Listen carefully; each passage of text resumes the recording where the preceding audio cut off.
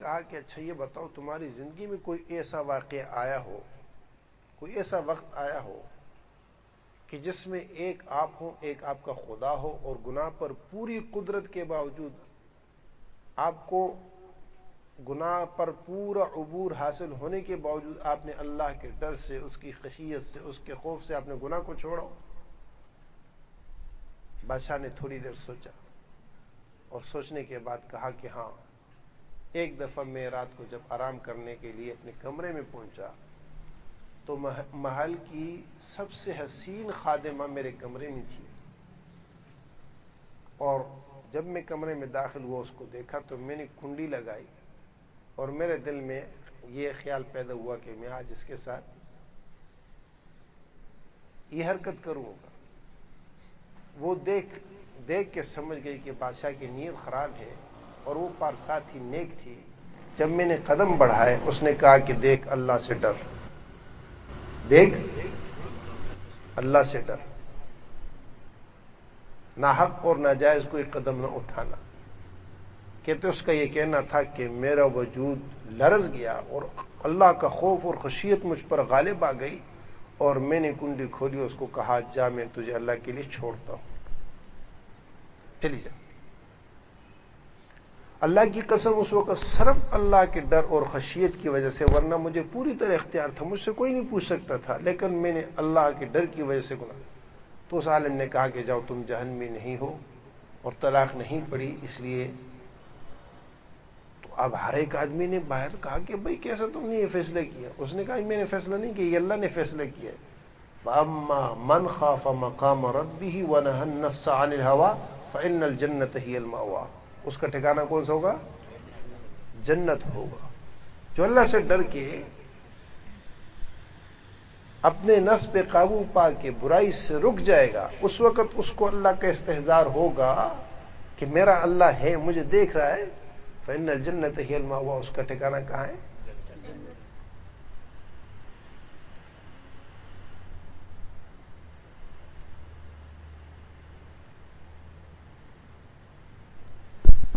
میرے دوستو، یہ ہے وہ حقیقت جس پر خدا ملتا ہے اور خدا دیتا ہے۔ حضرات صحابہ کرام رضوان اللہ علیہ مجمعین میں سے ہر ایک کو یہ درجہ حاصل تھا، ہر ایک کو۔ دیکھو انہوں نے بہت دور دور کی سوچی تھی۔ مدینہ منورہ میں صرف ایک کنواں تھا میٹھے پانی کا، بئر روما۔ حضور صلی اللہ علیہ وسلم کی تمنا تھی کہ اس یہودی سے یہ کنواں کوئی خرید لے۔ حضرت عثمان رضی اللہ تعالیٰ اس کو پتہ چلا، آپ نے اس یہودی سے کہا کہ یہ کنواں دے دو، اس نے کہا میں نہیں دیتا۔ بہت زور لگایا، اس سے اس کی بڑی کمائی تھی، ہر ایک کو پانی بیچتا تھا۔ جیسے پچھلے سال پانی بیکا، یاد ہے؟ آپ بھولے تو نہیں ہو نا؟ ہاں، ایسے وہ پانی، میٹھا پانی بیچتا تھا، اور یہ ایک ہی میٹھا پانی تھا مدینہ منورہ میں، بئر روما کا۔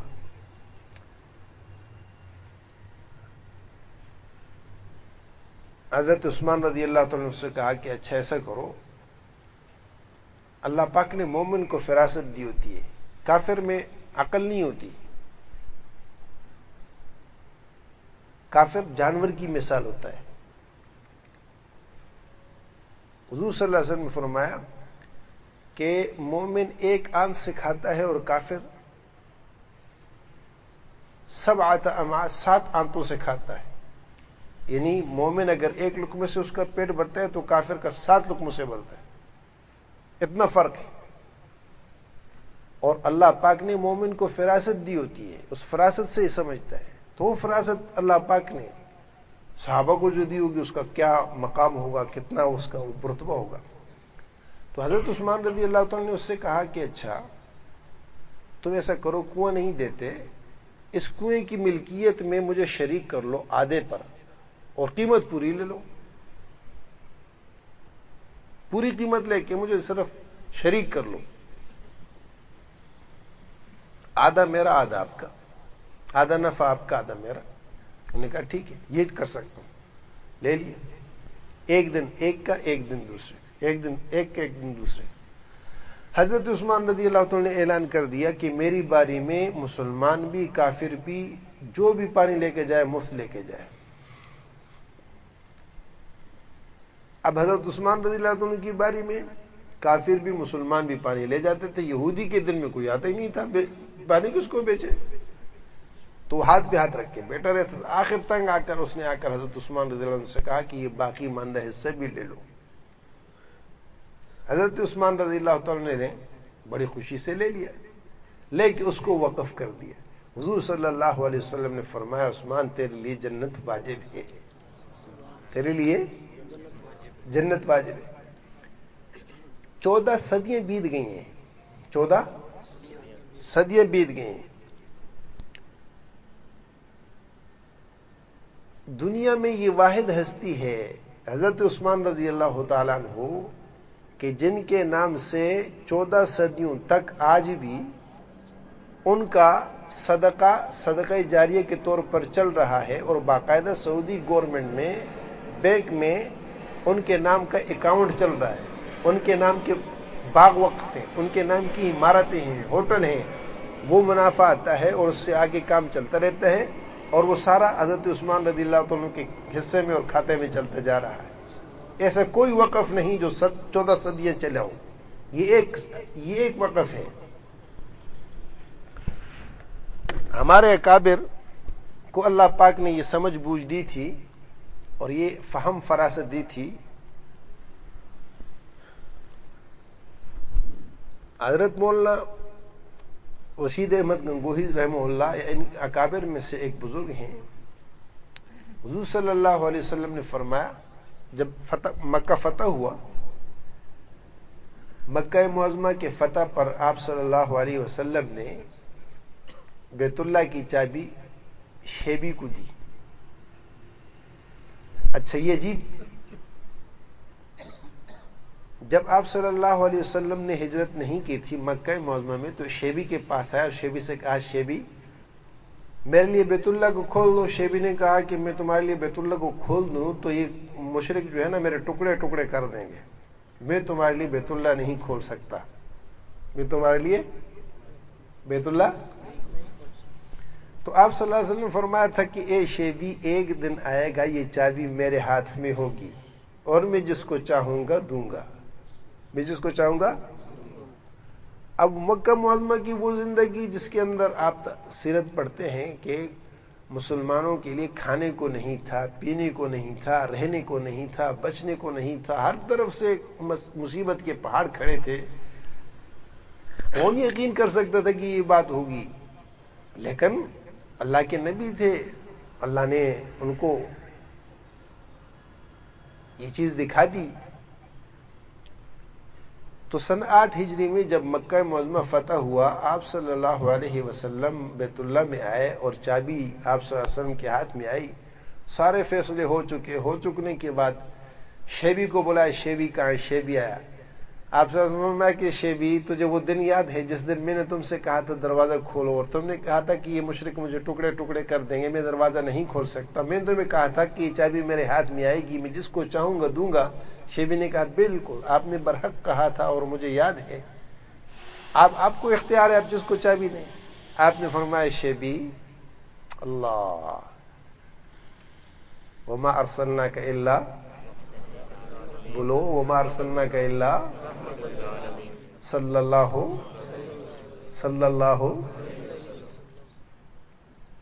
کھربوں کروڑوں درود و سلام ان ذات پر، اپنی ذات کے لیے کسی سے کوئی بدلہ نہیں لیا۔ سب مشرک سامنے اس فتح مکے کے موقع پر ایسے سرنگوں کھڑے ہیں جنہوں نے آپ کے راستے میں کانٹے بچھائے، آپ کو گالیاں دیں، آپ پر پتھراؤ کیا، آپ پر مٹی پھینکی، آپ کو ستایا، آپ کو دکھ دیے، سب۔ آپ نے فرمایا تمہارے ساتھ میں کیا کروں؟ انہوں نے کہا آپ مالک ہیں، آپ بہترین بھائی ہیں، آپ صلہ رحمی کریں، آپ بھیک مانگ رہے ہیں، زندگی کی بھیک مانگ رہے ہیں۔ آپ نے فرمایا جاؤ لا تثریب علیکم اليوم، آج تم پر کوئی ملامت نہیں، میں نے تم سب کو اللہ کے لیے معاف کیا۔ تو شیبی سے آپ نے کہا کہ شیبی تم نے مجھے چابی نہیں دی تھی، میرے لیے دروازہ نہیں کھولا تھا، آج یہ چابی میرے ہاتھ میں ہے، میں جس کو چاہوں دوں۔ شیبی کی چابی میں صرف تمہیں دیتا ہوں، اور اس کے ساتھ جو بات کی نا وہ بات قابل غور ہے، اس کو دیکھو۔ حضور صلی اللہ علیہ وسلم نے فرمایا کہ شیبی کی چابی میں تمہیں دیتا ہوں، قیامت تک یہ چابی تمہارے خاندان میں رہے گی، تم سے کوئی نہیں لے سکتا۔ اللہ، نہیں سمجھے؟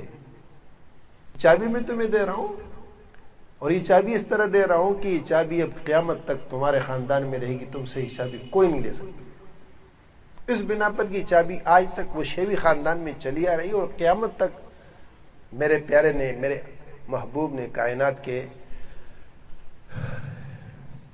حسین نے، اولین اور آخرین کے سردار امام الانبیاء صلی اللہ علیہ وسلم کا فرمان ہے۔ تو ہمارے ان بزرگوں نے کیا کیا، ایک تلوار اور ایک ڈھال اور اس طرح کی کچھ چیزیں خرید کے جو جنگ کے طور پہ استعمال ہو سکتی ہیں، شیبی خاندان کا اس وقت کو جو بڑا تھا اس کو جا کر کہا کہ دیکھو اللہ، ہمارے اکابر کا ایمان، علماء دیوبند کو سمجھنا بہت مشکل چیز ہے۔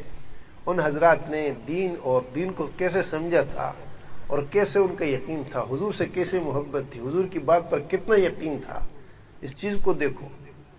کہا کہ حضور نے فرمایا کہ قیامت تک شیبی کا خاندان رہے گا، شیبی کے خاندان میں کعبہ کی چابی رہے گی، ٹھیک ہے، اور قرب قیامت میں عیسیٰ علیہ السلام کا لشکر آئے گا، اس کے ساتھ جو لوگ ہوں گے وہ برحق ہوں گے، وہ سچے ہوں گے۔ اس لشکر کے ساتھ جس نے تعاون کیا، اس لشکر میں جو شامل ہوا یا ان کے ساتھ جس نے تعاون کیا، ان کے لیے جنت واجب ہے، ان کے لیے جنت واجب ہے۔ تو اب نہ معلوم ہم اس وقت تک زندہ رہتے ہیں نہیں رہتے، لیکن یہ ہے کہ اس کے ساتھ مدد کی صورت یہ ہو سکتی ہے، یہ میری امانت ہے، یہ آپ اپنے پاس رکھو، اور یہ وصیت در وصیت، زمانہ در زمانہ یہ بات چلتی رہے تا کہ عیسیٰ علیہ السلام کو نزول ہو اور امام مہدی جو ہے وہ ظہور پذیر ہو اور اسلامی لشکر ترتیب دیا جائے۔ اس وقت جو اس وقت کا شیبی ہو یہ امانت ان حضرات کو سپرد کر دے کہ میری طرف سے بھی اس جہاد میں شرکت ہو جائے، تاکہ میرے لیے بھی جنت کیا ہو جائے، نہیں سمجھے؟ کتنی دور کی کوڑی سوچی کہ خاندان شیبی ہی قیامت تک بیت اللہ کا متولی اور چابی بردار رہے گا، اور قرب قیامت میں عیسیٰ علیہ السلام کا لشکر اور مہدی زمان کا جو لشکر ہوگا، اسلامی لشکر ہوگا، اس کے ساتھ جس آدمی نے شرکت کی یا اس کے ساتھ تعاون کی، اس کے لیے جنت واجب ہے۔ ہم نہیں رہ سکتے تو چلو تعاون کی یہ صورت پیدا ہوئی، یہ امانت ان کو پہنچا دو۔ حضور کی بات کا یقین اور اس یقین پر عمل کی کیسی صورت نکالی، اس کو سوچ سکتا ہے کوئی آدمی؟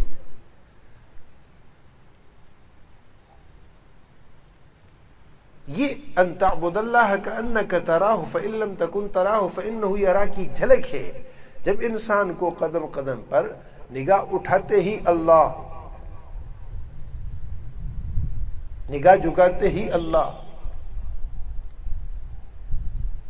فیصلہ کرتے ہی اللہ، بولنے میں بھی اللہ اور خاموشی میں بھی اللہ، استحضار کی کیفیت ہو جائے، ہر وقت نہیں، نماز میں اس کی مشق شروع ہو جائے، نماز میں اس کی کیفیت کو پیدا کرنا شروع ہو جائے۔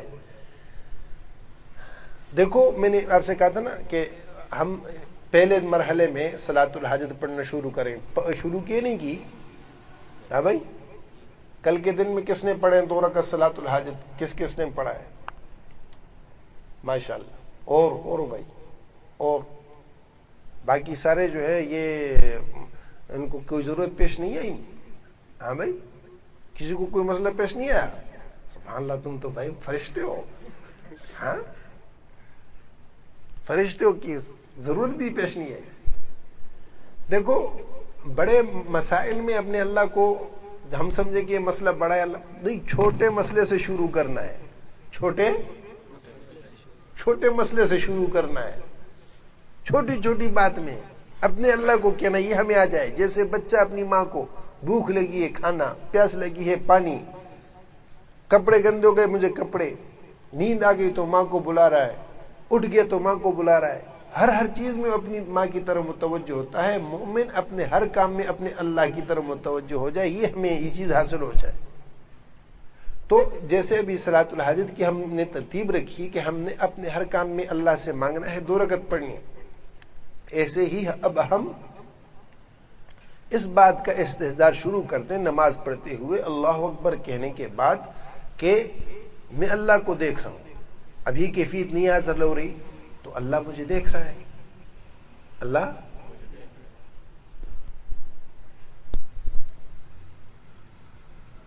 باپ دیکھ رہا ہو، استاد دیکھ رہا ہو، افیسر دیکھ رہا ہو، کوئی مجھے دیکھ رہا ہے، اس وقت میں کیسی نماز پڑھوں گا؟ اور میں تنہائی میں ہوں، مجھے اب کوئی نہیں دیکھ رہا، میں اس وقت کیسے نماز پڑھوں گا؟ فرق محسوس کر رہے نہیں کر رہے؟ ہاں بھائی، ہاں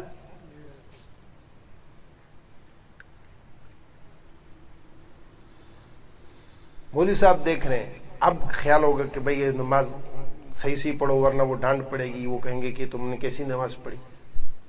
اللہ دیکھ رہا ہے، اللہ دیکھ رہا ہے، میں ایسی نماز پڑھوں. اللہ کہیں گے کیا کیے تو نے؟ اب یہ استحضار کی کیفیت یہ پیدا کرنے سے ہوگی، اس کو بار بار سوچنا ہوگا.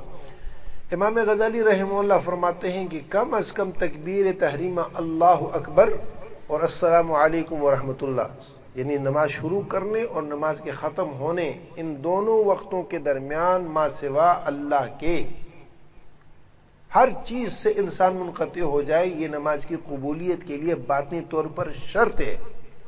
جس وقت اللہ اکبر کہے ساری دنیا نگاہوں سے ہٹ جائے، ایک اللہ سامنے ہو، اور جس وقت السلام علیکم ورحمۃ اللہ، السلام علیکم، اس وقت بھی ساری دنیا نگاہ سے ہٹ جائے، صرف ایک اللہ ہو. ہم نے ایک نماز بھی ایسی پڑھی ہے؟ ہاں بھائی،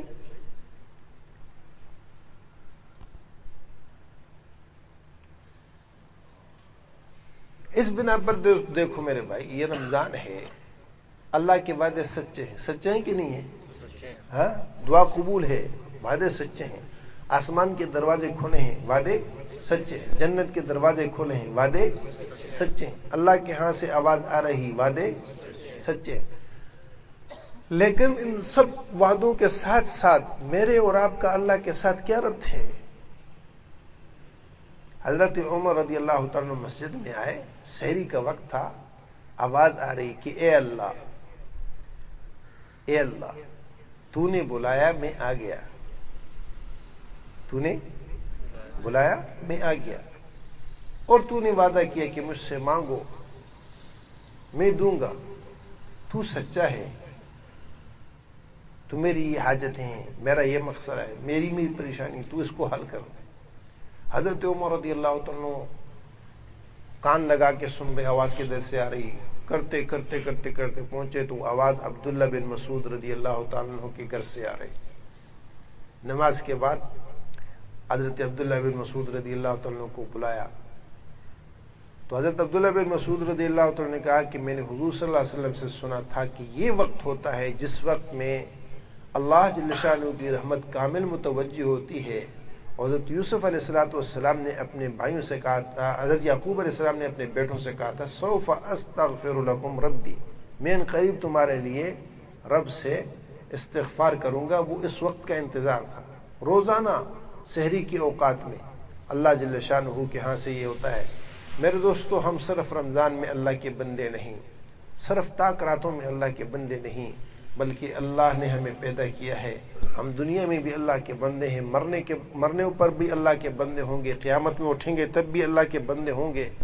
اب اس رشتے کو مضبوط کرنے کے لیے دنیا میں ان اعمال کا اہتمام کرنا ہے جس سے اللہ جل شانہ کی قربت، معیت، نصرت اور مدد ہمارے شامل حال ہو جائے. ہم نے اللہ کی معیت کو لینا ہے، اور اللہ کی معیت ملے گی اللہ کے استحضار کے ساتھ. ہر آدمی کے دل کی تڑپ تمنا ہو، یہ کیفیت بنے کہ میں اپنے اللہ کو راضی کر لوں، اور ہر عمل میں اپنے اللہ جل شانہ کو سامنے رکھ کے عمل کرے. یہ جو درجہ ہے احسان کا، یہ حاصل ہو جائے. ان تعبد اللہ کأنک تراہ فإن لم تکن تراہ فإنہ یراک. اللہ کی عبادت ایسے کر کہ اللہ کو سامنے دیکھ رہا، یہ نہیں تو اللہ تجھے دیکھ رہے. اللہ تجھے حضرت عمر رضی اللہ تعالیٰ عنہ گلی میں جا رہے رات کو گشت فرمایا کرتے تھے. اے اللہ کروڑوں رحمت نازل فرما، کروڑوں رحمت نازل فرما. ہمارا کوئی SHO بھی ایسا نہیں ہوگا، اوپر کو تو چھوڑو، بہت کم. یہ تو اب دنیا مانتی ہے، بس صرف دین والے ہیں. ملا عمر دامت برکاتہم یا ان کے جو حضرات تھے انہوں نے یہ نمونہ دکھایا تھا. حضرات خلفائے راشدین تھے، انہوں نے یہ نمونہ دکھایا تھا. خود بھوکے دوسروں کو کھلایا، خود پیاسے دوسروں کو پلایا، خود پیوند لگے دوسروں کو پہنایا، خود بے گھر رہے دوسروں کو بسایا. سخت کیفیت کے اندر قحط پڑا، سوکھ گئے، رنگ جل گیا. صحابہ نے کہا کہ آپ کچھ کھائیں پئیں، آپ کے اوپر امت کا بوجھ ہے، بار ہے. فرمایا کہ تم مجھے بتاؤ کہ پوری امت کا پیٹ بھرتا ہے؟ اللہ کی قسم ہمیں تو اس بات کا ڈر لگتا ہے کہ دجلہ اور فرات کے کنارے پر کوئی کتا پیاسا مر گیا، اللہ قیامت کے دن پوچھے گا.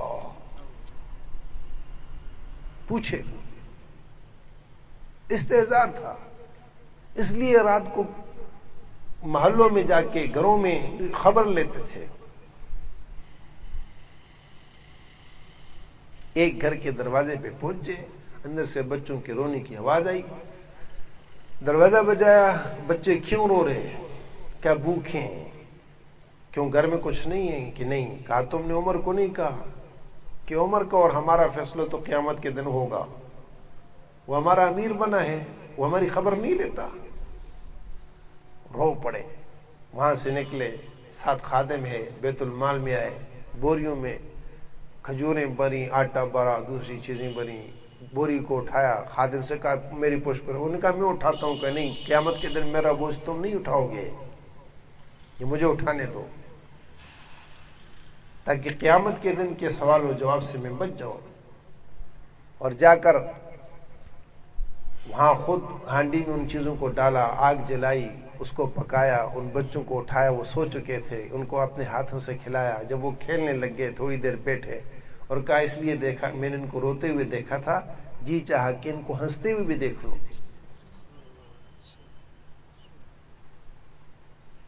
تو گشت کر رہے تھے، دروازے ایک دروازے کے اوپر کان لگا کے سنتے کہ کسی کا کیا حال ہے، کیا حال ہے، کیا حال ہے. ایک دروازے پہ پہنچے تو اندر سے ایک عورت کی آواز آ رہی، بیٹی سے کہہ رہی کہ دودھ میں پانی ملا دو.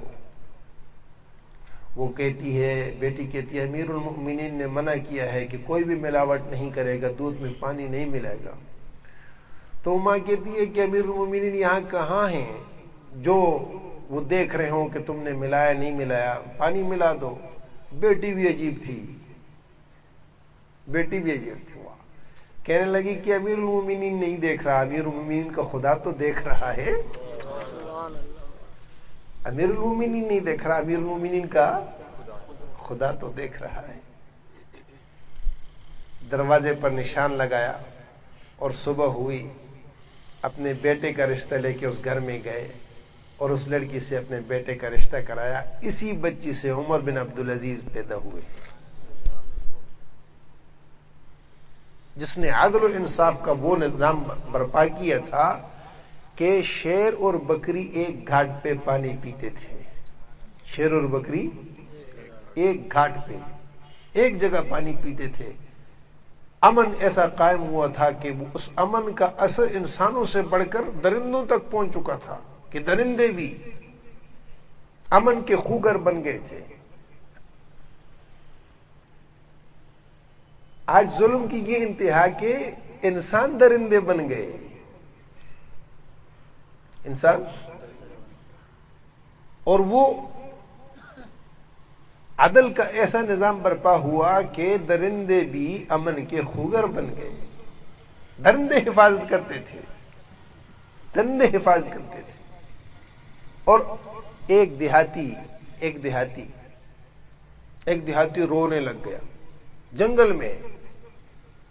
اس کو کسی نے کہا کہ او اللہ کا بندہ تو کیوں رو رہا؟ اس نے کہا لگتا ہے عمر بن عبدالعزیز کا انتقال ہو گیا، میں اس لیے رو رہا ہوں۔ اس نے کہا تو یہ جنگل میں بیٹھا ہے، کہاں خلیفہ اور کہاں جو ہے تو، یہ تجھے کہاں سے خبر آ گئی؟ اس وقت یہ موبائل تو تھے نہیں کہ چلو جی کال آ گئی یا میسج آ گیا جی وہ مر گئے، ان کا انتقال ہو گیا، تو جنگل میں بیٹھا۔ اس نے کہا کہ آج شیر نے بکری پر حملہ کیا، آج تک ایسا نہیں ہوا تھا کہ شیر نے بکری پر حملہ کیا ہو۔ یہ شیر نے جو بکری پر حملہ کیا، اس سے پتہ چلتا ہے کہ عمر بن عبدالعزیز کا انتقال ہو گیا۔ اور واقعتاً جب بعد میں معلومات کی، اسی وقت میں امیر المومنین کا انتقال ہوا تھا، عمر بن عبدالعزیز رحمہ اللہ۔ تو بات استحضار کی ہے نا، بات استحضار کی کہ وہ لڑکی کیا کہہ رہی ہے کہ امیر المومنین نے دیکھا، امیر المومنین کا خدا دیکھ رہا ہے۔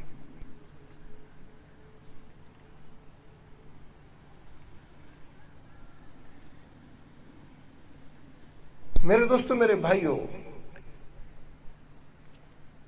اس کیفیت کو پیدا کرنے کے اعتبار سے کامیابی قدم چومے گی، اللہ کی معیت ملے گی، اللہ کی نصرت ملے گی۔ اور یہ کیفیت دیکھو نا، یہ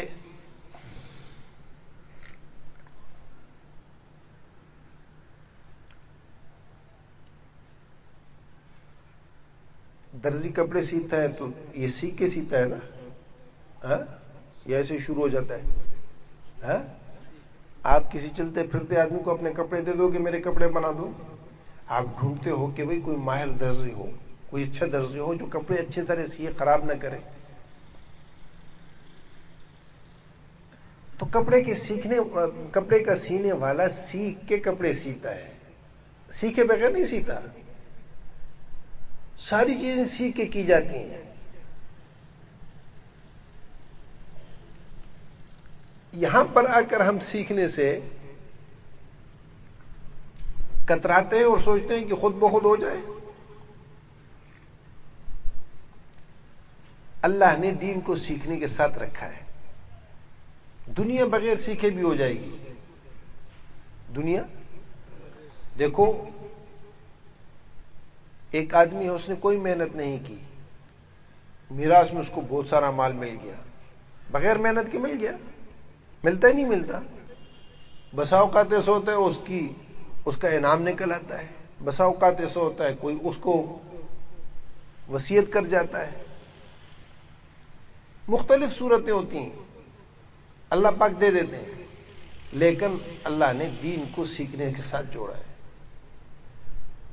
رات کچھ نوجوان کہہ رہے تھے کہ جی مسائل کے اعتبار سے بات ہو، نماز کے مسائل کا دوسرا، یہ مختصر اتنا وقت ہے کہ اس میں اگر ہم مسائل کا اگر موضوع چھیڑیں گے تو یہ قابو نہیں آئے گا، نہ یہ ہوگا نہ وہ ہوگا۔ اس کے لیے آپ کو روزانہ کے حساب سے، آج نہیں شروع کرنا ہے، روزانہ کے حساب سے آپ کم از کم 1 گھنٹہ دو، 1 گھنٹہ دو، ایمانیات سے شروع کرنا ہے، اور پھر وہ لے جا کے تمام معاملات کی انتہا تک ایمانیات بھی سیکھنی، جس کو اعتقادات کہتے ہیں، عبادات بھی سیکھنی، پھر معاملات بھی سیکھنے، اور پھر معاشرت بھی سیکھنی۔ یہ 4 لائنوں کا دین ہے۔ ان میں سے ایک لائن بھی کمزور ہوگی تو آدمی دیندار نہیں ہے۔ اگر اس کے اعتقادات صحیح ہیں، عبادات نہیں ہیں، تو دیندار نہیں ہے۔ اعتقادات بھی صحیح ہیں، عبادات بھی صحیح ہیں، لیکن معاملات ٹھیک نہیں ہیں، آپ نے فرمایا اس کے بھی دین کوئی نہیں، یہ بھی اس کے دین کا اعتبار کوئی نہیں۔ آپ نے فرمایا نماز اچھی پڑھتا ہو، اخلاق اچھے نہ ہو، اس کی نماز اس کو کوئی فائدہ نہیں دے گی۔ ٹھیک ہے، وہ نماز سے اس کا ذمہ بری ہو جائے گا، لیکن آپ نے فرمایا کہ تمہیں فقیر بتاؤں؟ فقیر کس کو کہتے ہیں؟ صحابہ نے کہا اللہ اس کے رسول جانتے ہیں۔ فرمایا کہ فقیر وہ نہیں جس کے پاس دنیا نہ ہو، فقیر وہ ہے جو قیامت کے دن پہاڑوں جیسے اعمال لے کے آئے گا، پہاڑوں جیسے اعمال ہوں گے اس کے، نیکیوں کے، تسبیح ہوں گی اور ذکر ہوگا، اور اس کے پاس صدقے ہوں گے، اس کے پاس خیرات ہوں گے، اس کے پاس روزے ہوں گے، اس کے پاس حج ہوں گے، اس کے پاس عمرے ہوں گے، بڑے پہاڑوں کے جیسے اعمال لے کے آئے گا۔ لیکن اس کے معاملات ٹھیک نہیں ہوں گے. ایک آئے گا کہ اس نے میرے ساتھ ظلم کیا، ایک آئے گا اس نے مجھے گالی دی، ایک آئے گا اس نے میرے ساتھ بدتمیزی کی، ایک آئے گا اس نے میرا حق دبایا. لوگ آتے جائیں گے، شکایتیں کرتے جائیں گے. اللہ پاک کہیں گے اس کی نیکیوں سے لو، اس کی نیکیوں سے لو، اس کی نیکیوں سے لو. لوگ وہ نیکیوں اٹھا اٹھا کے جاتے رہیں گے. شکایت والوں کی لین لگی ہوگی، شکایت والوں کی لین لگی ہوگی. یوں کرتے کراتے اس کی وہ نیکیوں کے پہاڑ ختم ہو جائیں گے، اور لین ختم نہیں ہوگی. پاکستان کی سی این جی کی لین ہے، یہ ختم نہیں ہوگی. تو اب شکایت کرنے والے باقی نیکیاں ختم. تو اللہ پاک کہیں گے اچھا اب ایسا کرو، اپنے اپنے گناہ ادھر پھینکتے جاؤ، اپنے اپنے جس کا جتنا جنی حق مارا ہے. گالی دی ہے تو اس کا اتنا گناہ پھینکو، اگر اس نے لڑائی کی ہے اس کا اتنا گناہ پھینکو، اگر اس نے مال دبایا تو جتنا مال دبایا اتنا گناہ پھینکو. آقا دو عالم صلی اللہ علیہ وسلم نے فرمایا کہ وہ جو نیکیوں کے پہاڑ تھے وہاں پر گناہوں کے پہاڑ بن جائیں گے. یہ فقیر آدمی ہے. یہ کون ہے؟ یہ فقیر ہے.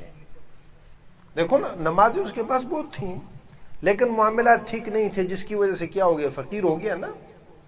تو معاملات کا درست کرنا یہ عبادات سے بھی اہم ہے، ضروری ہے. حضور صلی اللہ علیہ وسلم نے ہمیں جس طرح اعتقاد سکھایا اور جس طرح عبادات سکھائیں، ایسے ہمیں آپ صلی اللہ علیہ وسلم نے معاملات سکھائے ہیں.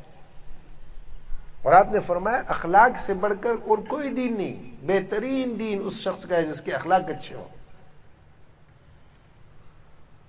آپ نے معاشرت سکھائی ہے کہ معاشرت کیا ہے. یہ ہم سمجھتے ہیں کہ نماز دین ہے، روزہ دین ہے، حج دین ہے، زکوٰۃ دین ہے.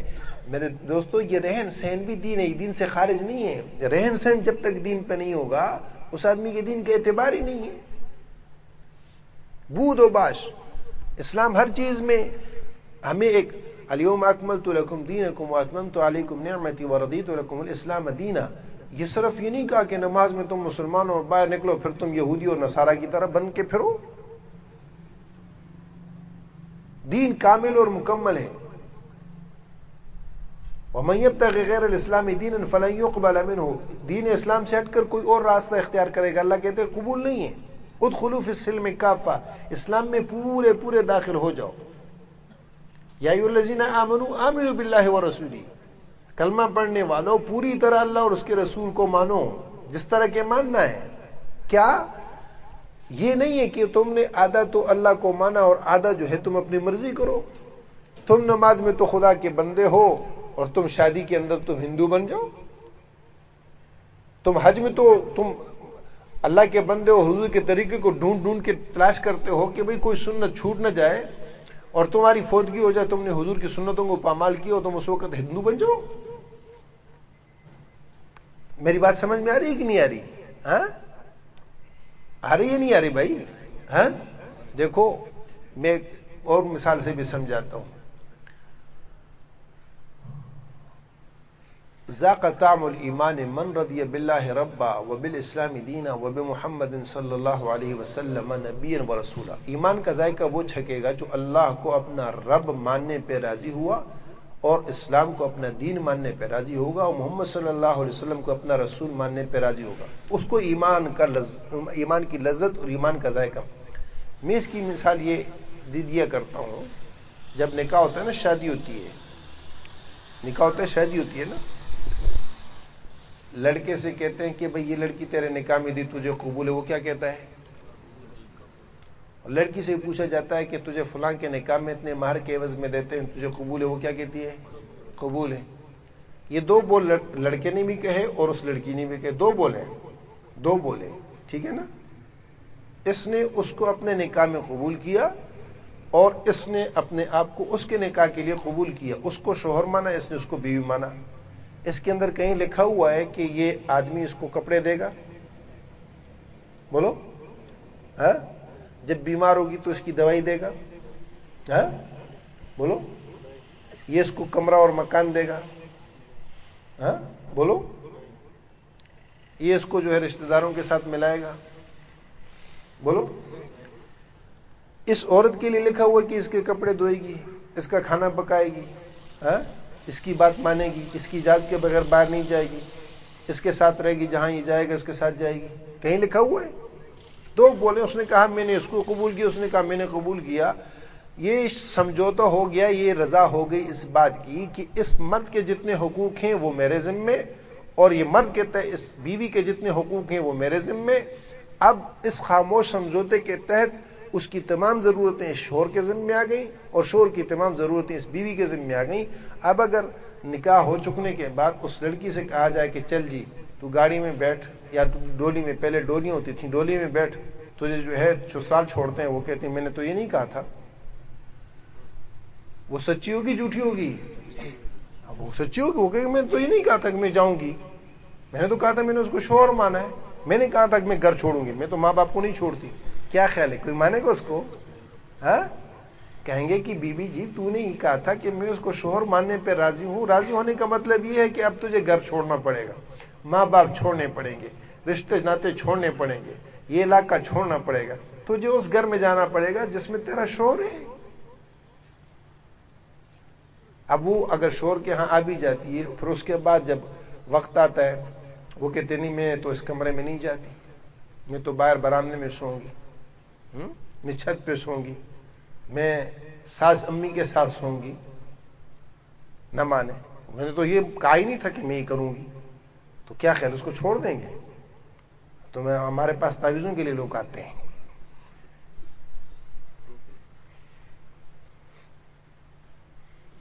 اب اس کو کوئی بھائی تو نے قبول کیا، قبول کرنے کے بعد اب ہر چیز تیرے ذمہ آ گئی۔ اب کپڑے دھونے کا وقت ہے، وہ کہتے نہیں میں تو نہیں دھوتی، میں نے تو نہیں کہا تھا میں کپڑے دھوؤں گی، میں کھانا پکاؤں گی، میں جھاڑو دوں گی۔ ہر بات سوچ رہے ہیں نا، ہمارا یہی حال ہے۔ ہم نے کہا ہم نے تو کلمہ پڑھا، کہاں لکھا کہ ہم یہ کریں گے، کہاں لکھا ہم یہ کریں گے، کام لکھا ہم یہ کریں گے، کام لکھا یہ کریں گے۔ ہم نے سارے دین کو کاٹ پوٹ کے بالکل خالی خولی اپنی مرضی کا جو ہے وہ سمجھا ہوا ہے۔ نہیں میرے بھائی، ہم نے جب کلمہ پڑھا ہم نے اپنے اللہ کو رب ماننے پر رضامندی کا اظہار کیا، رب کے تمام حقوق ہمارے ذمے آ گئے۔ ہم نے جب دین اسلام کو قبول کیا، اب دین اسلام کے تمام حقوق ہمارے ذمے آ گئے۔ ہم نے جب محمد رسول اللہ صلی اللہ علیہ وسلم کو نبی اور رسول ماننے پر رضامندی کا اظہار کیا، وہ تمام حقوق ہمارے ذمے آ گئے۔ اب نبی کی زندگی ہماری زندگی، نبی کا نمونہ ہمارا نمونہ، نبی کا طرز ہمارا طرز۔ اب نبی ہمارے لیے مثال ہے، نمونہ ہے۔ لقد کان لکم فی رسول اللہ اسوۃ حسنۃ لمن کان یرجو اللہ والیوم الآخر وذکر اللہ کثیرا۔ اب اس سے بڑھ کر اور کوئی چیز نہیں ہے۔ اب کامیابی کا مدار صرف اس میں نہیں ہوگا کہ آپ نے صبح کو تو کچھ کام کیا اور شام کو اپنی مرضی کی نماز تو آپ نے پورے دین کے مطابق پڑھی، تکبیر تحریمہ سے سلام تک اپنے اللہ کو، اپنے نبی کو سامنے رکھ کر دین اسلام کے مطابق نماز پڑھی، لیکن آپ باہر نکلنے کے بعد آپ تجارت میں یہود کے طریقے پہ چل رہے ہیں، آپ بینک میں سودی لین دین کر کے اسلام کے خلاف عمل کر رہے ہیں، آپ شادی میں ہندوؤں کی رسموں کو پورا کر رہے ہیں، آپ فوتگی میں جو ہے سکھوں کی اور یہودیوں کی رسموں کو پورا کر رہے ہیں، تو آپ سے کیا کہا جائے کہ میاں یہ آپ نے دوغلا پن اختیار کیا ہوا، یہ دو رنگی ہے۔ اللہ کو دو رنگی چھوڑ کر یک رنگ ہو جا، سراسر موم ہو یا سنگ ہو جا، یا تو پورا اسلام میں آ جا یا پھر اسلام کے لبادے کو چھوڑ دے۔ یہ کیا ہے تم نے؟ دیکھو صحابہ کرام رضوان اللہ علیہم اجمعین اسلام میں آنے کے بعد انہوں نے کوئی چیز بھی ایسی نہیں، جس چیز کا پتہ چلا کہ اللہ اور اس کے رسول کی منشا یہ ہے تو اس کے بعد انہوں نے ایک قدم بھی آگے نہیں اٹھایا۔ حجاب کا حکم ایک ہے ستر، ایک ہے حجاب۔ ستر کیا ہے؟ عورت کا سر سے پاؤں تک ستر ہے، سوائے چہرے اور ہاتھوں کے اور پاؤں کے، باقی سارا وجود اس کا ستر ہے۔ اور ستر جو ہے وہ ہر حال میں چھپانا فرض ہوتا ہے، جیسے مرد کا ناف سے گھٹنے تک یہ ستر ہے، اس کا ہر حال میں چھپانا فرض ہے، چاہے وہ نماز میں ہو یا غیر میں ہو، ہر حال میں اس کا چھپانا فرض ہے، کسی حال میں بھی۔ نہ مرد کے سامنے اس کو ننگا کر سکتا ہے، نہ عورت کے سامنے، نہ محرم کے سامنے زندہ کر سکتا ہے، نہ غیر محرم کے سامنے، ہر حال میں اس کو چھپانا ہے، ستر اس کو کہتے ہیں۔ اور حجاب غیر محرم سے اپنے پورے وجود کو چھپانا، یہ حجاب ہے۔ عورتوں کے لیے حجاب کا حکم ہے۔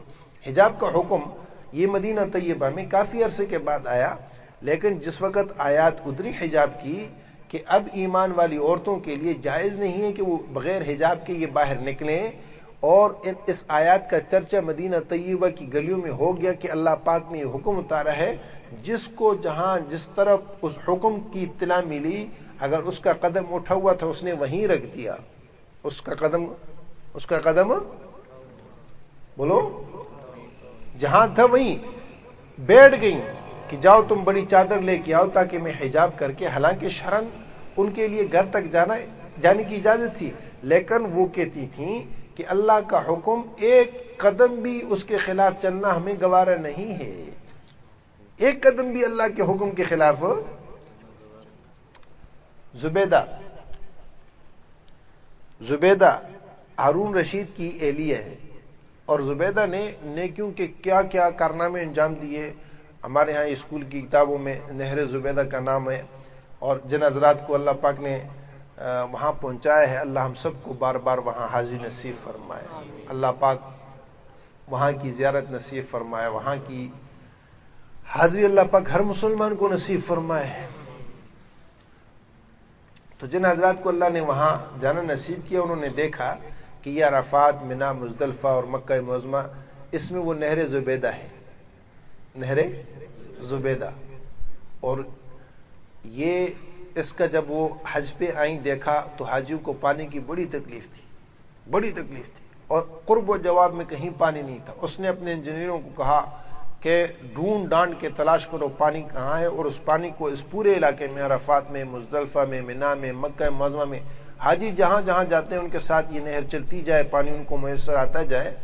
اس پر کتنی لاگت آئے گی اور یہ منصوبہ کتنے وقت میں مکمل ہوگا؟ تو انہوں نے جب ان کو چھان پھٹک کے تلاش کیا تو وہ طائف کی وادیوں سے اس طرح یہ لمبا چشموں کو ملا کے لانا، اور پھر یہ، تو وہ انجینئروں نے کہا کہ یہ منصوبہ ناقابل عمل ہے، یہ منصوبہ ناقابل عمل ہے، اس لیے کہ پانی بہت دور ہے اور اس پر بہت بڑی لاگت آئے گی اور بہت وقت لگے گا۔ تو زبیدہ نے اس کے جواب میں یہ کہا کہ دیکھو یہ کرنا ضروری ہے، اگر مجھے فی کدال ایک مرتبہ کے مارنے پر، جو گینتری وینتری مارتے ہیں نا، ایک کدال کے مارنے پر ایک اشرفی دینی پڑی، تب بھی میں اس منصوبے کو پورا کر کے چھوڑوں گی۔ اسی باہمت عورت تھی وہ، اور اس نے وہ منصوبہ پورا کروایا، وہ نہر کھدوائی اور وہ نہر جو ہے وہ چلی۔ یہ بہت بڑی نیکی تھی۔ مری تو کسی نے خواب میں دیکھا، پوچھا کیا ہوا؟ کہا کہ اللہ کی بارگاہ میں پیش ہوئی، اللہ پاک نے پوچھا کہ کیا لے کے آئیے؟ میں نے کہا کہ اللہ یہ عمل کیا، یہ عمل کیا، یہ عمل کیا۔ اللہ پاک نے ہر عمل پہ کہا کہ یہ تو حکومت کے بل بوتے پر تھا، یہ تو ہم نے تمہیں مال دیا تھا، تو نہیں کیا، اس میں تو تیرا کون سا کمال ہے؟ اور تیرے پاس حکومت تھی، ہاں، کوئی اس سے کنجریاں نہ چوائے، کوئی اس سے نیکی کرے، میرے لیے کیا عمل کیا؟ کہنے لگا کہ جتنے اعمال پیش کیے اللہ پاک نے سب کو رد کیا، سب کو۔ کہنے لگے کہ ڈر گئی کہ اب کیا ہوگا۔ اللہ پاک نے کہا کہ تیری ایک نیکی ہمارے پاس ہے، ایک نیکی ہمارے پاس ہے، ایک نیکی ہمارے پاس، اور اس کی وجہ سے تجھے بخش دے۔ اے زبیدہ، ایک مرتبہ تو کھانے پر بیٹھی تھی، کھانا کھا رہی تھی کہ مؤذن کی پکار اللہ اکبر کی آواز صدا آئی، اور تیرا دوپٹہ سر سے سرکا ہوا تھا، تیرے ہاتھ میں لقمہ تھا، تو نے وہ لقمہ رکھ دیا، میرے نام کی عظمت میں تو نے اپنے دوپٹے کو صحیح کیا، تو نے اپنے دوپٹے کو ہمارے نام کی عظمت کی وجہ سے صحیح کیا، ہم نے اپنے نام کی عظمت کی برکت سے تیری مغفرت کر دی، تجھے بخش دیا، تجھے بخش دیا۔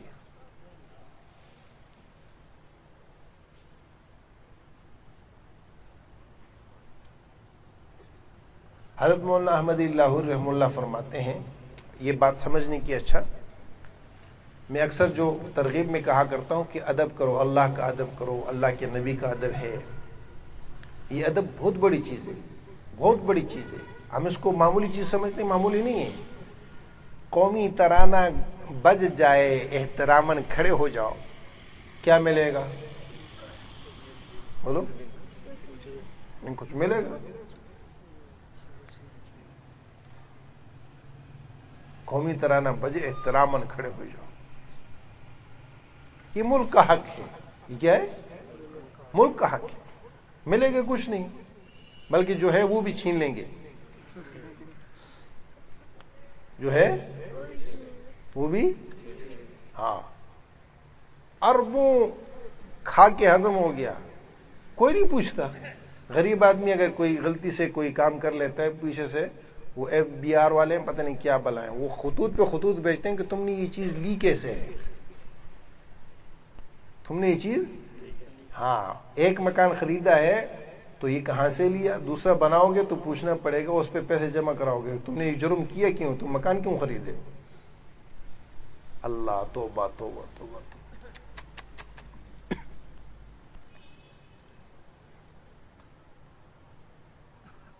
اللہ کے نام کی عظمت، مولانا احمد اللہ رحمہ اللہ فرماتے ہیں، مولانا احمد اللہ رحمۃ اللہ فرماتے ہیں کہ جو آدمی اذان کی آواز سن کر اس کی تعظیم اور ادب کے ساتھ خاموش ہو جائے گا، اللہ پاک اس کو مرنے کے وقت کلمہ طیبہ نصیب فرمائے۔ آج کے بعد اذان کا ادب کریں گے نہیں کریں گے؟ ہاں، ہمارے موذنوں کو بھی اللہ ہدایت دے، اذان ہونی چاہیے، یہ اذان سیکھنی چاہیے، اذان ہوتی کیسی ہے۔ بہرحال ہم سے جہاں تک ممکن ہو اس بات کا ہم اہتمام کریں کہ اذان کا احترام ہو، اذان کا ادب۔ جب اذان ہو گئی ہم ہر چیز سے ایک لوہار تھا، لوہار، اس کی عادت تھی کہ جیسے اللہ اکبر ہوتا نا تو یہ بٹیاں آپ نے دیکھیں گے اسٹیم مل میں، تو صاحب آپ یہ کام کرتے ہو تو یہ بٹی پہلے وہ لوہار جو ہے ان کی وہ چھوٹی سی وہ چیز ہوتی تھی، اس میں آگ جلا کے وہ بٹی گرم کرتے تھے، اس میں لوہا گرم ہوتا، اس کو پھر وہ نکالتے تھے اور ہتھوڑیوں سے مار کے اس کی چھریاں اور اس کے یہ اوزار بناتے تھے۔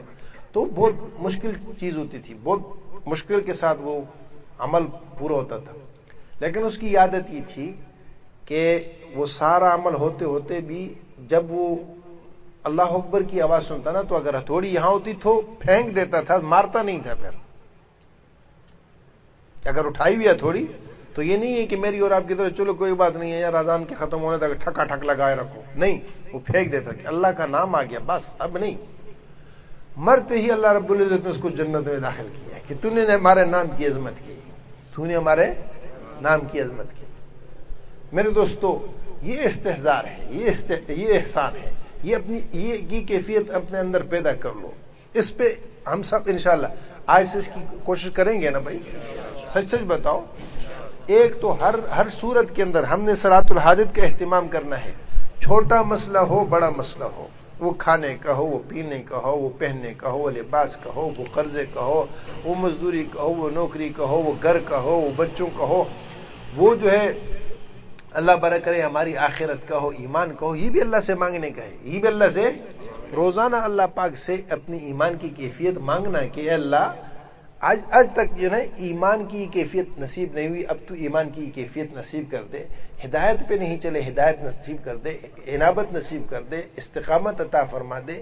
یہ چیزیں مانگنے کی ہیں، روز اس کے اعتبار سے ہم دعا کریں، اور حضور صلی اللہ علیہ وسلم نے یہ دعائیں سکھائی ہیں، یہ میں ایسے نہیں کہہ رہا ہوں، یہ دعائیں حضور صلی اللہ علیہ وسلم نے سکھائی ہیں، اور اخلاق کے درست ہونے کی، اللہم اہدنی لاحسن الاعمال والاخلاق لا یہدی لاحسنها الا انت وقنی سیئ الاعمال وسیئ الاخلاق لا یقی سیئها الا انت اللہم اہدنا فیمن ہدیت وعافنا فیمن عافیت الیک رب فحببنا وفی انفسنا رب فضللنا وفی اعین الناس فعزلنا ومن سیئ الاخلاق فجنبنا وعلى صالح الاعمال فقومنا وعلى الصراط المستقیم فثبتنا۔ یہ آپ صلی اللہ علیہ وسلم کے روزانہ کی ادعیہ ہیں، روزانہ کی دعائیں ہیں، یہ مسنون دعاؤں کو آپ اٹھائیں، آپ کو حیرت ہوگی حضور صلی اللہ علیہ وسلم نے ایک چیز اللہ سے مانگی، ایک چیز چھوٹی چیز، اے اللہ آنکھوں کی حفاظت عطا فرما، کانوں کی حفاظت عطا فرما، زبان کی حفاظت عطا فرما، دل کی حفاظت عطا فرما، ظاہر کی حفاظت بھی اللہ سے مانگی، باطن کی حفاظت بھی، یہ چھوٹی چھوٹی تمام چیزوں کو اللہ پاک سے مانگا۔ جو یہ مانگے گا تو اللہ کو اس کو دیں گے نا، جو مانگے گا نہیں اس کو کیسے ملے گی؟ بولو، آج تک ہم نے مانگا اللہ سے کہ اللہ تو آنکھوں کی حفاظت عطا فرما، تو زبان کی حفاظت عطا فرما، اے اللہ تو ہمیں اچھے اخلاق دے، برے اخلاق سے بچا، ہم نے مانگا آج تک؟ اب صلاۃ الحاجت پڑھ کے ہم نے روزانہ کے حساب سے ان چیزوں کے لیے بھی اللہ پاک سے کہنا ہے، اللہ سے مانگنا ہے، اور اللہ پاک سے کہنا ہے اللہ مجھ سے تو نہیں ہوگا۔ حقیقت یہ ہے برے اخلاق سے بچانے والا بھی اللہ اور اچھے اخلاق پہ چلانے والا بھی اللہ، اور جب اخلاق اچھے ہوں گے نا اس کی عبادات میں جان آئے گی۔ دیکھو علماء نے لکھا ہے کہ جب انسان بد نظری کرتا ہے، غلط نگاہ اٹھاتا ہے، اللہ پاک اس کے دل سے ایمان کی لذت کو کھینچ لیتے ہیں، عبادات کی توفیق سلب ہو جاتی ہے۔ تہجد اس کو ملے گی جو آدمی اللہ کے اوامر کی پابندی کرے گا، نظروں کی حفاظت کرے گا، غیبت سے بچے گا۔ جو اس مرض میں مبتلا ہوگا اس کی فرض چھوٹ جائیں گی، نفل تو دور کی بات، تہجد تو دور کی بات ہے۔ جب نیکی کے اعتبار سے سستی پیدا ہو اس وقت توبہ کی ضرورت ہوتی ہے۔ ہمیں توبہ کرنی چاہیے فوری طور پر کہ اے اللہ ہم سے کوئی ایسا گناہ ہو گیا کہ جس کی وجہ سے ہم سے نیکی کی توفیق سلب ہو رہی ہے اور نیکی کی طرف ہم نہیں چل پا رہے۔ جب قرآن پاک میں دل نہ لگے، جب دعا میں دل نہ لگے، ہم صلاۃ توبہ پڑھیں، اللہ پاک کے سامنے روئیں کہ اللہ ہم سے غلطی ہوئی۔ ایک یہ ہے ہم یہ کہیں پتہ نہیں کون سی غلطی ہوئی، اکثر ساتھی یہ کہتے ہیں کہ یہ نہ معلوم ہم سے کون سا گناہ ہوا، کون سی نہیں، ہم تو یہ کہیں کہ اللہ ہم سے ہی گناہ ہوا ہے نا، کون سا کیا مطلب ہوا؟ او بھائی کون سا مطلب ہے نہیں، ہوا ہم سے، کہیں غلطی ہو گئی۔ اور غلطی کا یہ مطلب نہیں ہے کہ انسان کوئی بڑا گناہ کرے، بسا اوقات چھوٹی سی غلطی بھی وہ آڑے آ جاتی ہے، بیچ میں پردہ بن جاتی ہے، حائل بن جاتی ہے، رکاوٹ بن جاتی ہے۔ ایک اللہ والے سے کسی نے پوچھا کہ عمل کی قبولیت کا مدار کیا ہے، کیسے پتہ چلے گا کہ عمل قبول ہوا؟ آپ نے فرمایا کہ جب پہلی نماز کے بعد دوسری نماز کی توفیق ہو گئی اور تم نے آ کر وہ نماز ادا کر لی تو پہلی قبول ہے، اگر پہلی قبول نہ ہوتی تو دوسری کے لیے تمہیں نہ بلاتے، ہر عمل یہ بتاتا ہے کہ پچھلا عمل قبول ہوا تو اس عمل کی توفیق ہو گئی۔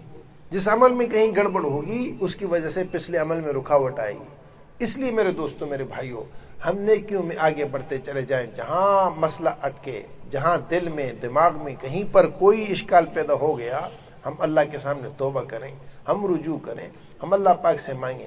حضرت ام عائشہ رضی اللہ تعالیٰ عنہ کے آثار میں یہ حدیث ہے کہ قرآن کریم سے اللہ رب العزت اس وقت تک آدمی کو دور نہیں کرتا جب تک انسان گناہ نہ کرے۔ جب گناہ کرتا ہے اللہ پاک اس سے قرآن کی توفیق کو سلب کر لیتے ہیں، پھر یہ قرآن نہیں پڑھ سکتا۔ اور دیکھو یہ اللہ کا کلام ہے، اللہ پاک کی منشا ہے، اللہ کی مرضی ہے، جس کو چاہے تو توفیق دے، جس کو چاہے نہ دے۔ وہ ایک آدمی اپنے نوکر کے ساتھ جا رہا تھا تو راستے میں مسجد آ گئی، نماز کا وقت تھا، تو اس نے اس سے کہا کہ آپ اجازت دیں میں نماز پڑھ لوں؟ اس نے کہا کہ ہاں پڑھ لو۔ اب جب وہ گیا تو اندر نماز پڑھی، نماز اس کی بڑی خشوع خضوع والی تھی، یہ باہر کھڑے کھڑے انتظار کرتا رہا تو آخر اس نے باہر سے آواز دی کہ رمضانی کیا بات ہے، دیر ہو گئی، آ نہیں رہے؟ اس نے کہا جی میں آنا چاہ رہا ہوں، مجھے آنے نہیں دے رہے، اجازت نہیں دے رہے۔ تو اس کو غصہ ہے کہ نوکر میرا ہے، اندر تجھے کون ہے جو تجھے روک رہا ہے، تجھے چھوڑ نہیں رہا؟ تو اس نے پوچھا کون ہے جو تجھے اندر سے باہر نہیں چھوڑا؟ اس نے کہا کہ جناب من، جو آپ کو اندر نہیں آنے دے رہا وہ مجھے باہر نہیں آنے دے رہا۔ نہیں سمجھے؟ جو آپ کو اندر نہیں آنے دے رہا وہ مجھے باہر نہیں آنے دے رہا۔ کس نے آپ کو باہر کھڑا کیا؟ یہ تو اس کا در ہے، دروازے کھلے ہیں، آپ نہیں آ پا رہے، یہاں تو تالے نہیں لگے ہوئے، لیکن آپ کو توفیق نہیں ہو رہی، وہ ہے تو آپ کو نہیں آنے دے رہا۔ غیبی نظام میں غیبی قدرتیں ہیں، بیت اللہ پہنچ کے بیت اللہ میں داخل نہیں ہو پاتے، بیت اللہ میں پہنچ کے بیت اللہ داخل نہیں ہو پاتے، بیت اللہ میں پہنچ کے بیت اللہ نظر نہیں آتا۔ یہ تو غیبی نظام ہے، یہ تھوڑی ہے کہ وہ ڈنڈے کے زور پہ وہ چوکیدار کھڑے کرے ہوں گے اس کو چھوڑو اس کو نہیں چھوڑو۔ لنگڑا پہنچ جاتا ہے، لنگڑا لولا پہنچ جاتا ہے، بیمار پہنچ جاتا ہے، بوڑھا ضعیف پہنچ جاتا ہے، ہٹا کٹا جوان ہے وہ نہیں آ رہا۔ کون ہے؟ اللہ۔ کون ہے؟ جس کو چاہتا ہے بلاتا ہے، جس کو یہدی من یشاء الی صراط مستقیم، یہدی الیہ من یشاء ویہدی الیہ من ینیب، اللہ یجتبی الیہ من یشاء، وہ چنتا ہے، وہ اس کے اختیار میں ہے۔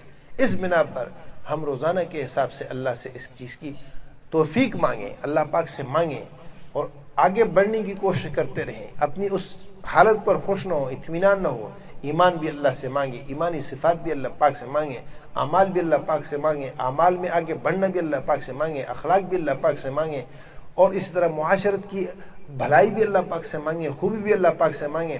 دیکھو علماء کہتے ہیں کہ دنیا کی ہر چیز کو بھی اللہ سے مانگو، کہ اللہ پاک دنیا کی جو چیز آپ کو دے گا، آپ نے اللہ سے مانگی تو اس کی خوبی بھی اللہ پاک دے گا۔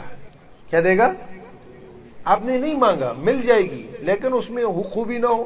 جب تم اللہ پاک سے کہہ کے مانگو گے اپنی ہر حاجت میں، اللہ وہ حاجت پوری کرے گا تو اس کی خوبی کے ساتھ کرے گا۔ اس کی کیا کرے گا؟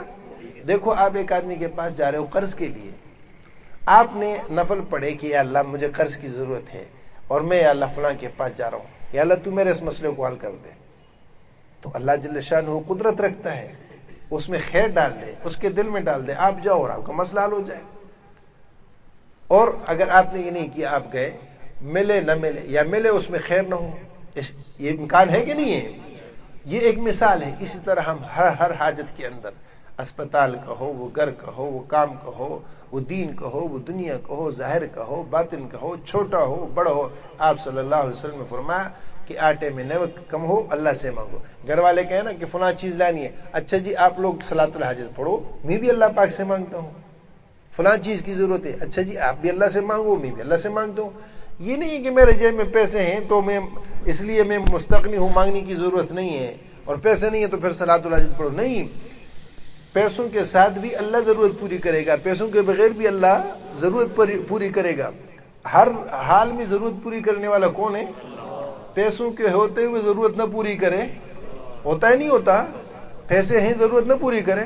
آپ کو سی این جی نہیں ملتی، پیسے ہیں آپ کے پاس، کیا کر لو گے؟ کچھ نہیں کر سکتے۔ پیٹرول بند ہو گیا، نہیں ملتا، پیسے ہیں آپ کے پاس، نہیں، پیٹرول مل بھی رہا ہے، پیسے بھی ہیں، تب بھی ہم اللہ سے کہیں کہ اللہ اس ضرورت کو تو پورا کرے، اللہ خوش ہوں گے۔ پھر جس وقت وہ چیز دستیاب نہیں ہوگی، اس وقت تم اللہ سے کہو گے، اللہ کہ ہاں اس کو دو، اس کو ملنی چاہیے، اس کو۔ جو اپنی راحتوں میں اپنا اللہ کو نہیں بھولتا، اس کی تنگیوں میں اللہ اس کو نہیں بھولتا۔ جو اپنی راحتوں میں اپنے اللہ کو نہیں بھولتا، اس کی تنگیوں میں اللہ اس کو۔ حضرت رابعہ بصریہ رحمہ اللہ کو جب دفن کیا گیا تو اس کے بعد خادمہ جو تھی ان کی، خادمہ نے خواب میں دیکھا کہ کیا ہوا؟ کہا کہ مجھے رکھا، فرشتے آئے کہنے لگے مر ربو کی۔ میں نے ان سے کہا مر ربکما، تمہارا رب کون ہے؟ تم کون ہو، کہاں سے آئے؟ انہوں نے کہا ہم اللہ پاک کے یہاں سے آئے۔ تو میں نے ان کو کہا کہ تم اتنے دور سے آ کے اس کو نہیں بھولے، میں 4 فٹ نیچے آ کے بھول گئی؟ یہ نہیں کہا کہ میرا رب اللہ ہے، میں ہر پل جو میرے ساتھ رہا مجھے نہیں بھولا، نیچے دفنا دیا، میں بجھ گیا، اب تم مجھے پوچھتے ہو مر ربکما؟ یہ ہوتا ہے۔ حضور صلی اللہ علیہ وسلم نے فرمایا کہ عمر رضی اللہ عنہ کو ہو، یہ نام محبت سے لو، چاشنی کے ساتھ لو، لذت کے ساتھ لو، اللہ نے اس ناموں میں تاثیر رکھی ہے، یہ محبت برے نام۔ فرمایا کہ عمر ایسے ہیں کہ جب ان کو قبر میں رکھا جائے گا اور فرشتے آ کے کہیں گے کہ مر ربک، تو عمر پوچھے گا مر ربکما، اور ان سے پوچھے گا مر رب۔ یہ کیفیت پیدا کرو بابا، کرنی چاہیے نہیں کرنی چاہیے؟ دوسری پڑھ لو۔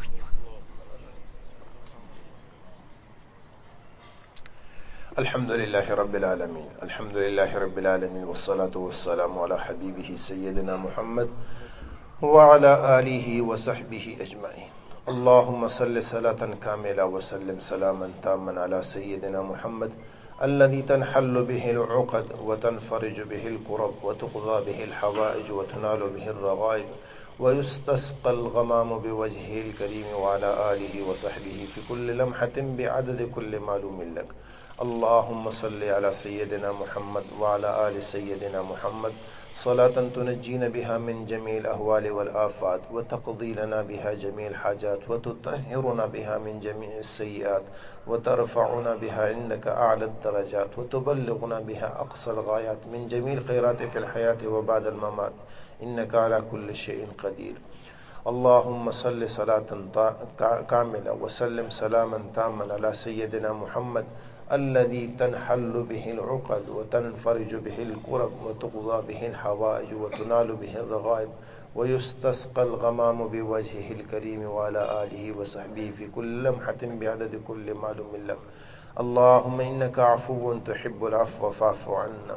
اللهم إنك عفو كريم تحب العفو فاعف عنا. اللهم إنك عفو كريم تحب العفو فاعف عنا. اللهم إنا نسألك العفو والعافية والمعافاة الدائمة في الدين والدنيا والآخرة. توفنا مسلما وألحقنا بالصالحين. إليك رب فحببنا، وفي أنفسنا لك رب فذللنا، وفي أعين الناس فعظمنا، ومن سيء الأخلاق فجنبنا، وعلى صالح الأعمال فقومنا، وعلى الصراط المستقيم فثبتنا، وعلى الأعداء أعدائك أعداء الإسلام والمسلمين فانصرنا. اللهم انصرنا ولا تنصر علينا. اللهم كن لنا ولا تكن علينا. اللهم كن لنا ولا تكن علينا. اللهم زدنا ولا تنقصنا، وأكرمنا ولا تهنا، وأعطنا ولا تحرمنا، وآسرنا ولا تؤسر علينا.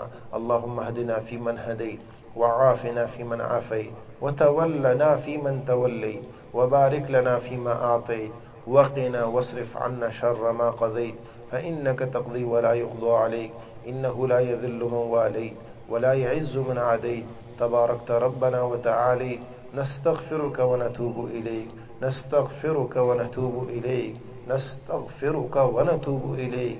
اللهم إنا نسألك موجبات رحمتك وعزائم مغفرتك والغنيمة من كل بر والسلامة من كل إثم.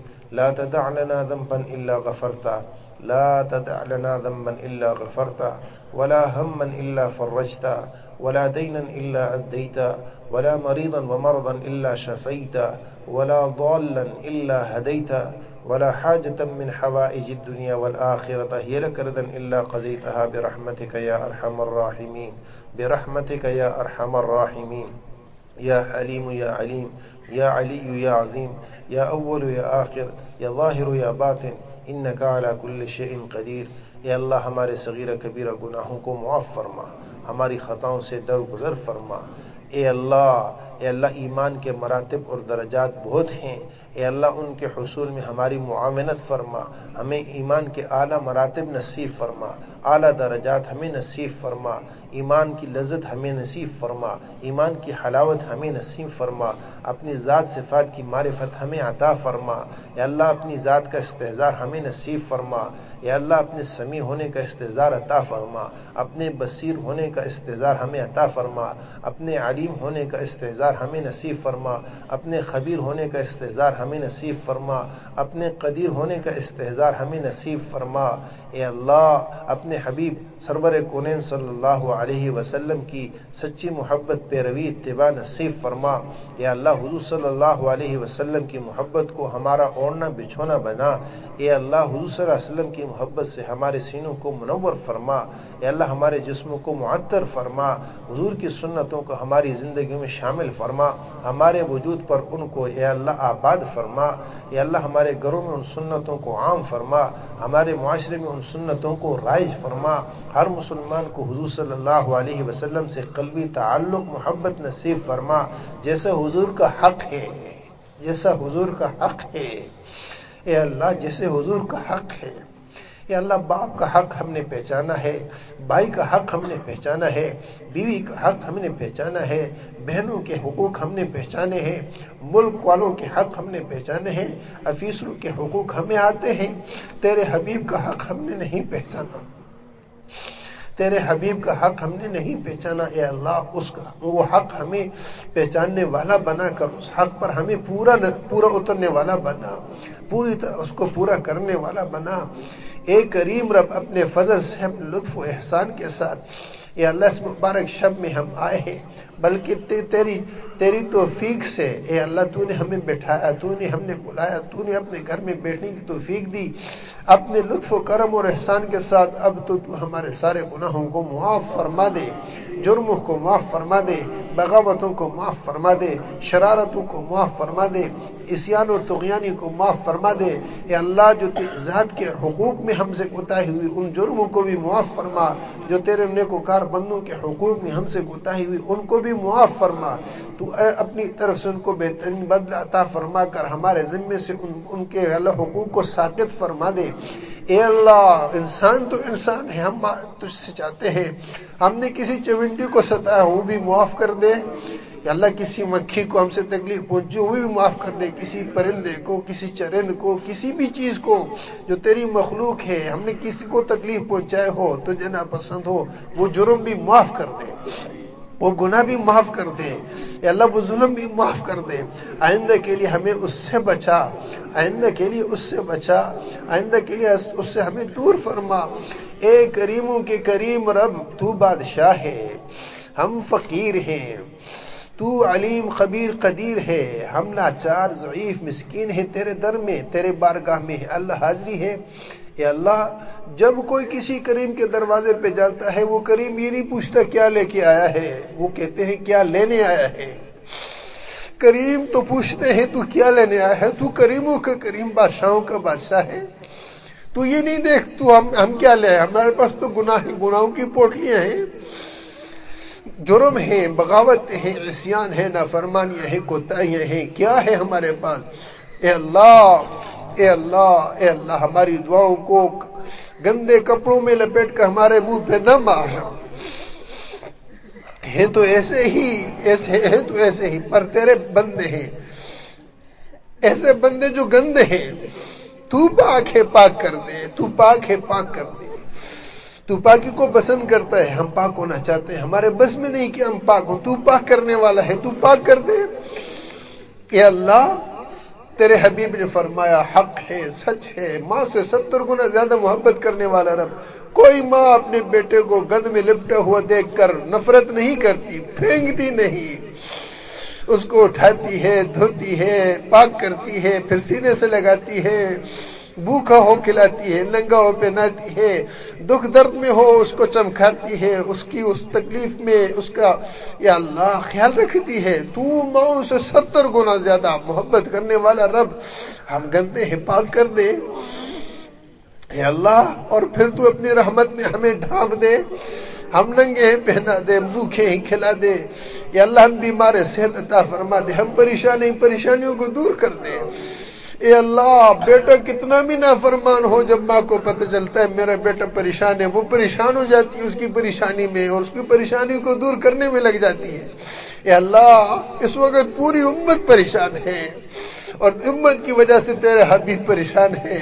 اے اللہ اپنے حبیب کی پریشانیوں کو دور فرما، امت کی پریشانیوں کو دور فرما۔ اے اللہ شرقاً غرباً جنوباً شمال، ہمارے جو بوڑھے، ہمارے بچے، ہماری بچیاں، ہماری بہنیں، ہماری امت کے جتنے طبقات پریشان ہیں، سب کی پریشانیوں کو دور فرما، سب کی مصیبتوں کو حل فرما، سب کی بیماریوں کو دور فرما، سب کی اعلی صحت کے فیصلے فرما، عافیت کے فیصلے فرما، ہدایت کے فیصلے فرما، ایمان کے فیصلے فرما، اخلاق کی بہتری کے فیصلے فرما، حفاظت کے فیصلے فرما۔ اے اللہ اپنے فضل سے، اپنے کرم سے اپنی رحمتوں کو اتار دے، اے اللہ اپنے فضل کو اتار دے، اپنے کرم کو اتار دے، اپنی معافی کے فیصلوں کو عام فرما دے۔ اے اللہ یہ رمضان کی راتیں ہیں، طاق رات ہے، ویسے بھی آسمان کے دروازے کھلے ہیں۔ اے اللہ آسمان دنیا سے تیرے حبیب نے فرمایا حق ہے، سچ ہے کہ رب کی طرف سے آواز ہوتی ہے کوئی مانگنے والا، ہم مانگنے آئے ہیں، سوالی آئے ہیں، فقیر آئے ہیں، دیکھنا اے اللہ تیرے در پہ آئے ہیں، ہمارا تیرے سوا کوئی رب نہیں، تیرے وجود کی قسم ہے، تیری کبریائی کی قسم ہے، تیری بڑائی عظمت کی قسم ہے، ہمارا تیرے سوا کوئی رب نہیں، معبود نہیں، تو ہمارا رب ہے، ہم تیرے بندے ہیں۔ بندے تجھے بہت ملیں گے، پر تیرے سوا ہمارا رب کون ہے، ہم اس کے پاس جائیں۔ تو ہمارا وہ رب ہے، تیرے سوا کوئی رب نہیں، تو معبود ہے، تیرے سوا کوئی معبود نہیں۔ تو ہماری ظاہری باطنی تمام بگڑیوں کو بنا دے، ہم ٹوٹے ہوئے ہیں تو جوڑ دے، ہم بکھرے ہوئے تو سمیٹ دے۔ اے اللہ ہم پریشان حال ہیں، ان پریشانیوں کو ختم کر دے، ہم بیمار ہیں تو صحت دے دے، ہم مقروض ہیں تو قرض ادا فرما دے۔ اے اللہ ہم کاروباری پریشان ہیں، ان پریشانیوں کو دور فرما، ملازمتوں میں پریشان ان کو پریشانیوں کو دور فرما، ہم بچوں کے معاملے میں پریشان ان پریشانیوں کو دور فرما، ہم گھروں کے جواب سے پریشان ہیں ان پریشانیوں کو دور فرما۔ اے اللہ ہمارے دوستوں کے، ہمارے بھائیوں کے، ہمارے عزیزوں کے مسئلوں کو حل فرما، جن دوست احباب نے دعاؤں کے لیے کہا ان کے مسئلوں کو حل فرما، جو ہمارے ساتھ اس عمل میں جہاں جہاں شریک ہیں ان سب کی حاجتوں کو پورا فرما، ان کی ضرورتوں کو پورا فرما، ان کی مقاصد کی تکمیل فرما۔ اے اللہ ان کی بیماریوں کو صحت سے مبدل فرما۔ اے اللہ ظاہری باطنی اے اللہ جو مشکلات ہیں ان کو حل فرما، الجھنوں کو ختم فرما، اور جو عبادات جیسی بھی کی اے اللہ تیری شان شان تو نہیں لیکن تو قبول فرما، تو قبول فرما، ہمیں بھی قبول فرما، ہماری دعاؤں کو بھی قبول فرما، ہماری کوشش سعی کو بھی قبول فرما۔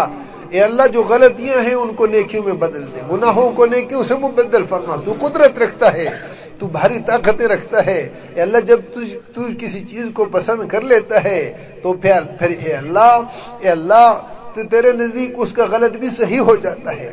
اے اللہ ہمیں قبول کر لے، ہماری دعاؤں کو قبول کر لے، ہماری عبادتوں کو قبول کر لے، اعتکاف کو قبول کر لے۔ اے اللہ جو سعی اور عمرے میں لگے ان کے اعمال کو قبول کر لے، اے اللہ جو دعاؤں میں لگے ان کی دعاؤں کو قبول کر لے، ان کے آنسوں کو قبول کر لے۔ اے اللہ برگزیدہ ہستی میں روئے زمین پر جو تیرے سب سے زیادہ چہیتے، جس کی دعا پر تیری رحمت اترتی ہو، اس دعا کے صدقے ہماری دعاؤں کو قبول کر لے۔ اے اللہ اپنے حبیب صلی اللہ علیہ وسلم کو کروڑوں اربوں کھربوں کے حساب سے اے اللہ اپنی رحمتوں سے نواز۔ اے اللہ تیری حمد و ثنا تیری شان شان ہو، اور اے اللہ تیرے حبیب پر درود بھی تیری شان شان ہو۔ ہم تو اس قابل نہیں اے اللہ کہ تیری حمد و ثنا کہہ سکیں، تیرے حبیب پر درود پڑھ سکیں، تیرے حکم کو پورا کرتے ہیں اپنے فضل کرم لطف و احسان کے ساتھ۔ اے اللہ آئندہ کے لیے ہمیں پورے دین پر چلنے والا بنا، پورے دین کو اپنانے والا بنا، ہمیں پوری طرح دیندار بنا اور پوری طرح اسلام پہ چلنے والا بنا، اسلام کو ہمارا اوڑھنا بچھونا بنا۔ اے اللہ ایمان کے ساتھ جینا نصیب فرما، ایمان پر خاتمہ نصیب فرما۔ اے اللہ مرتے وقت میں کلمہ طیبہ لا الہ الا اللہ محمد رسول اللہ کو ہماری زبانوں پر جاری ساری فرما۔ ہمارے والدین، ہمارے اساتذہ، ہمارے مشائخ، اے اللہ ہمارے عزیز اقارب اور جتنے ایمان والے دنیا سے جا چکے سب کی مغفرت فرما، ان کی قبروں کو جنت کا باغ بنا، ان کی سیئات کو حسنات سے مبدل فرما۔